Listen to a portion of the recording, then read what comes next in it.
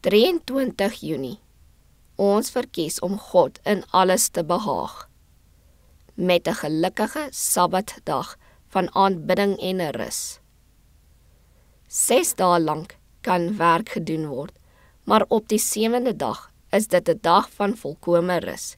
Geen werk mag julle doen nie, dit is 'n Sabbat van die Here in al julle woonplekke. Levitikus 23 vers 3. Wat God ook al van ons eis, gee hy weer terug, verryk verheerlik met sy eie glorie. Sowel die Sabbat as die huisgesin is in Eden ingestel, en in Gods voorneming is hulle onskeibaar aan mekaar verbind. Op hierdie, meer as op enige ander dag, is dit vir ons moontlik om die lewe van Eden te voer. Dit was Gods plan vir die gesinslede om in werk en studie, in godsdiens en ontspanning saam te wees met die Vader as priester van sy huisgesin en sowel vader as moeder as hulle kinders se onderwysers en metgeselle. Maar die gevolge van die sonde het deur die lewensomstandighede te verander hierdie omgang in 'n groot mate verhinder. Dikwels sien die vader skaars sy kinders se gesigte gedurende die week. Hy word byna heeltemal die geleentheid van kameraadskap of onderrig ontneem.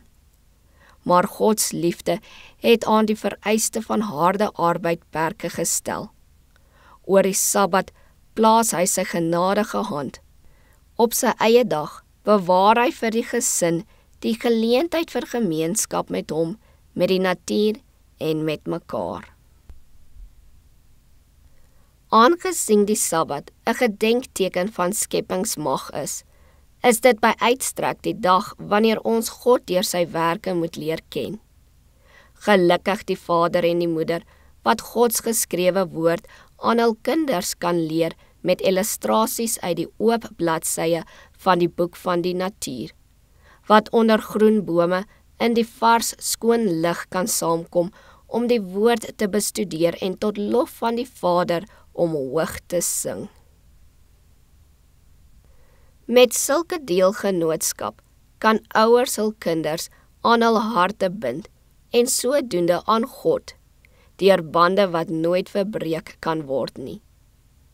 Die Sabbat moet vir ons gesinne so interessant gemaak word, dat hulle dit weekliks met blydskap sal begroet.